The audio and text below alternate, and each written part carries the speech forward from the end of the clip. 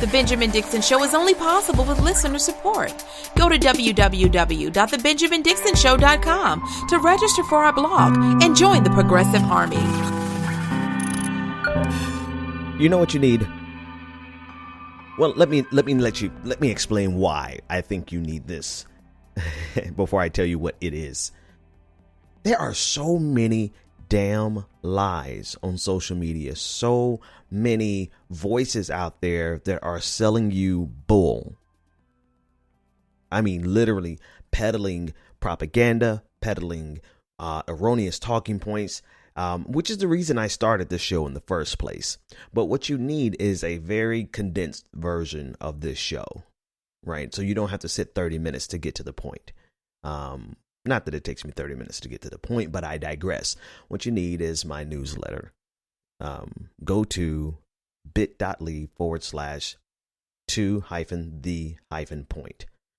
Or you can just go to thebenjamindixonshow.com, and the first link there, the first form there will be for the newsletter.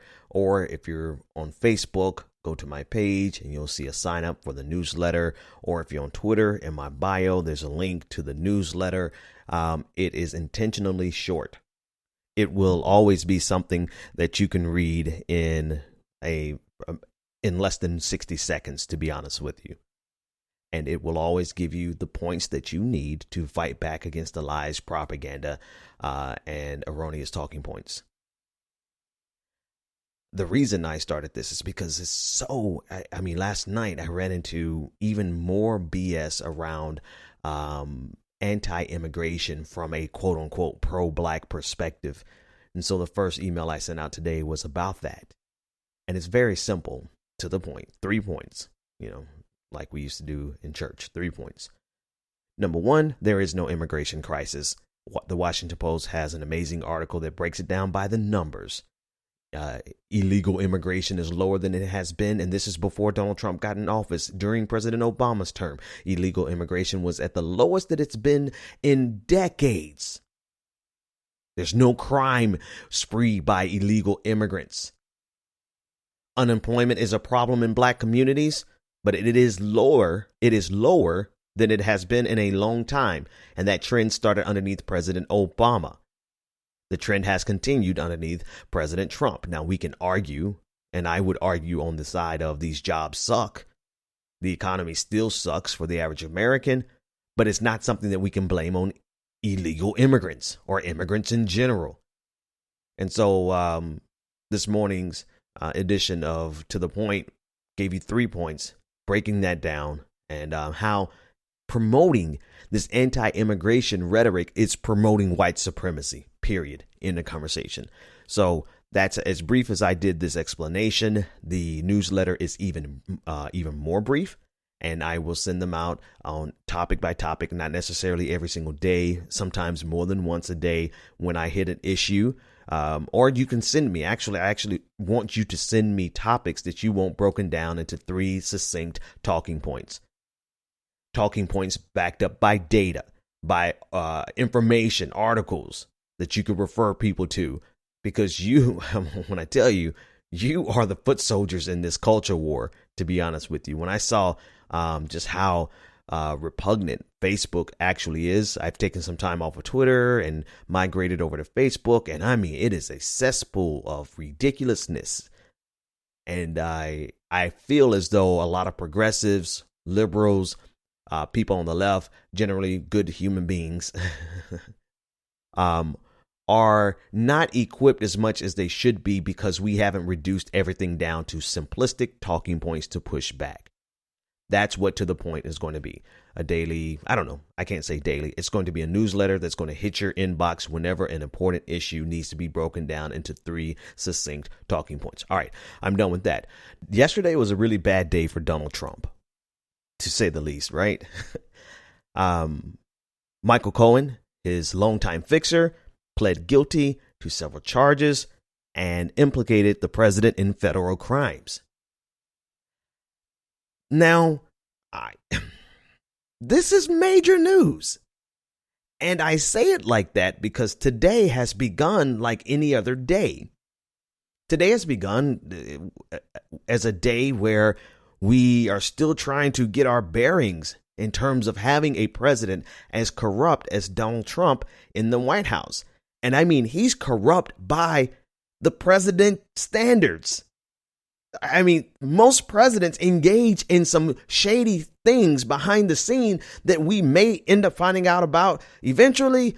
But Donald Trump has superseded that by magnitudes of order, so much so that we really are taking this news kind of lightly.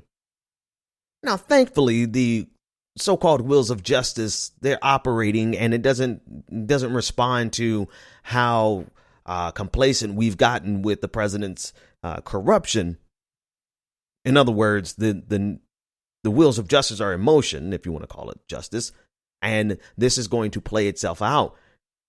These accusations against the president are likely going to lead to some type of action, some type of indictment.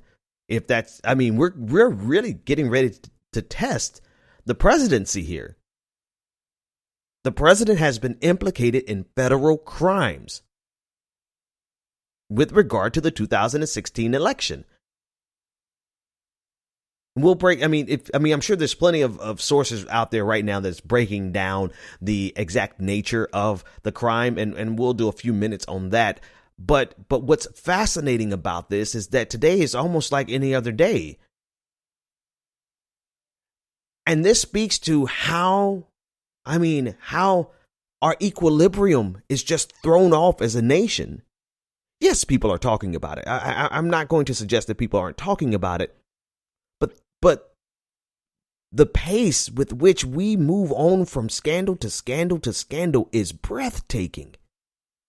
I mean, we literally just don't take any time to let a single scandal absorb into the American consciousness and to get that single scandal resolved, because we're dealing with a president who is engaged in so many scandals that we simply can't keep up. And that in and of itself is a strategy in terms of politics, in terms of PR, in terms of political spin. That's a strategy. But in terms of what's going to happen through our court system, not so much. I just wanted to start with that because it really is amazing what is happening around us every single day, multiple scandal after scandal after scandal. And the president, he's not the brightest cookie in the jar. So here's what he had to say on Twitter in response to Michael Cohen's plea deal, as well as what he accused the president of. He said this. He said, quote, "Michael Cohen pled guilty to 2 counts of campaign finance violations that are not a crime."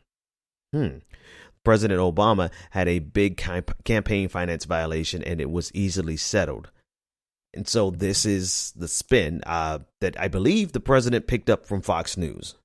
And he's such a moron that instead of rejecting the claim outright, right, which he can do without any political ramifications, even if he's lying, right? He's not testifying, so he could have just rejected it. But instead, he's trying to do a whataboutism, which makes him look even guiltier about the actual crimes that he's accused of committing. That's so anyway, he's actually allowed Fox News to walk him into publicly looking as though he's admitting to the crimes he's been accused of. And because Fox News said that it wasn't really a crime, it's really just a violation, and Barack Obama, Donald Trump is backing himself into an actual charge and possible conviction because he's buying into the same lies that Fox News uses to win the news cycle. He's not smart enough to delineate between the news cycle and what's actually true, or the spin that they create for the news cycle and what's actually true. The truth of the matter is the campaign violations that President Obama was involved in were actually minor violations compared to what he's being accused of, which is a federal crime. Cohen on Tuesday pleaded guilty to 8 counts according to Mother Jones, including 2 counts involving illegal contributions intended to sway the election. Illegal contributions intended to sway the election. That is a federal crime, not a minor violation.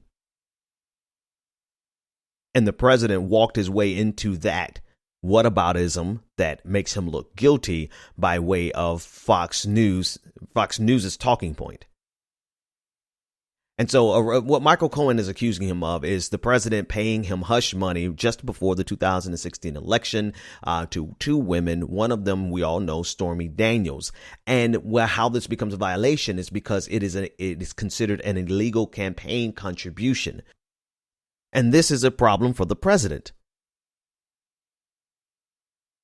Michael Cohen is spilling all the beans.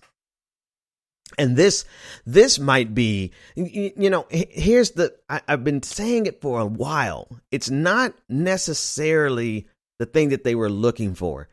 It won't be the Russia collusion accusations. Not necessarily. That could still turn up something big enough to take down the president. But it's when a person tries to cover up stuff. Like the president tried to cover up his affairs with Stormy-Daniels and this other individual. That's when you get in some serious trouble. I won't say impeachable, because impeachable requires a Congress that actually cares. Right? We don't have a Congress or Senate that actually cares. And so it's likely that he won't be impeached. But we're getting ready to see if a sitting president can be indicted. That's a fascinating thing. And you wonder, you have to wonder what's actually involved in these 2 cases. We have most of the details on Stormy-Daniels. She's alleging that she has actual video or a DVD of information, whether it's a video or audio, I don't know, but she's claiming that there's more. But there's a second woman involved here, and you have to wonder, after the Access Hollywood tapes came out where he basically admitted to America that he's not a faithful husband, and that he sexually assaults women by grabbing them by the what could have been worse than that he would do this right before the election? I mean, who is this second woman, and what is he accused of doing with her? I don't know. I don't really care so much about the salacious details, except for like really laughable fodder. But in terms of this analysis, what did he do? I mean, because to me, it's like this. If I get exposed like Donald Trump got exposed with that Access Hollywood tape, I'm pretty sure there's nothing else in my life that's going to be worse than that. I mean, think about it. Think of all the shit that has that has come down about Donald Trump in the last 2 years. And this seems to be, and actually, let me correct my time frame for this analysis. Not the last 2 years, but the years leading up to the election. All the stuff that came out about Donald Trump leading up to the election, and these 2 women are the ones that he wanted to pay hush money to. I mean, I don't know. I mean, that's not as important as the implications of whether or not the president can be indicted. I just find it fascinating. Like, dude, what the hell were you doing? I mean, there's infidelity, yes, but then infidelity after you've been exposed in this Access Hollywood tape that is so bad that you want to pay hush money to cover it up? So we'll see. All right. So I want to move off that point, but I just that's something special that he's doing there. The real question is, will this have any impact? How will this play itself out? Donald Trump supporters, those who support the president, support him no matter what. Donald Trump said it, and he meant it. He could shoot somebody on Fifth Avenue and get away with it. I've seen Donald Trump supporters are rabid. I mean, people who still support him today. Now, there have been some converts. Before I even finish that other sentence, there have been some converts, and I've looked, and I've been, quietly watching on social media, and I've seen some people who were staunch Donald Trump supporters who are like, hell no, I can't support this foolishness. Good on you for coming around to your senses. You still should never have voted for him in the first place, but I'm not going to, kick you when you're down. Today. Catch me tomorrow. But there are still a legion of individuals who support this president no matter what, because it is a game to them. It is a game that they are determined to win, no matter what information they have to ignore, no matter what truths they have to rewrite, no matter what version of history they have to subscribe to, even if it's a fake history, a revisionist history. They are so committed to winning that they will go down. They will see this country go down. And because that is the case, you actually have people in Congress who are exactly like that.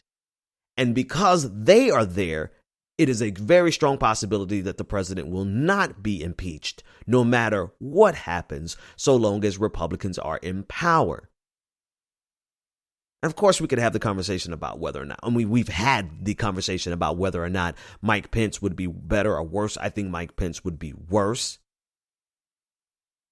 because Mike Pence has a calming demeanor underneath his sociopathy, underneath his willingness to carry out his Christian crusade to force people to live according to his interpretation of the Bible. So Mike Pence would probably get more done, even though this president has already gotten a lot done that is damaging to our country. The truth of the matter is, the best case scenario here is simply to win back the Senate and the House, particularly the Senate. This is really all you can hope for over the next 2 years, because there's no scenario that's going to lead to a better president. If Paul Ryan, if you got rid of Mike Pence and he was tied up into this, you're going to end up with Paul Ryan, who is a psychopath. So the only real feasible thing to stop the bleeding would be to divide the government, particularly in the Senate, to block President Trump's nomination or President Pence's nominations to the Supreme Court. That's it. And to make sure that we don't go down this road again, where we put a maniac in the White House, a sexual assaulting maniac in the White House who speaks at an 8-year-old level. Okay, that's it for this segment. Coming up on the patrons segment, I am covering Beto O'Rourke's answer on NFL. It was a magnificent answer, and I want to break it apart. Be sure to go to all of my links, Twitter, Facebook, to sign up for the newsletter, and go to patreon.com/BPD, the BPD show, for the rest of today's show. See you there.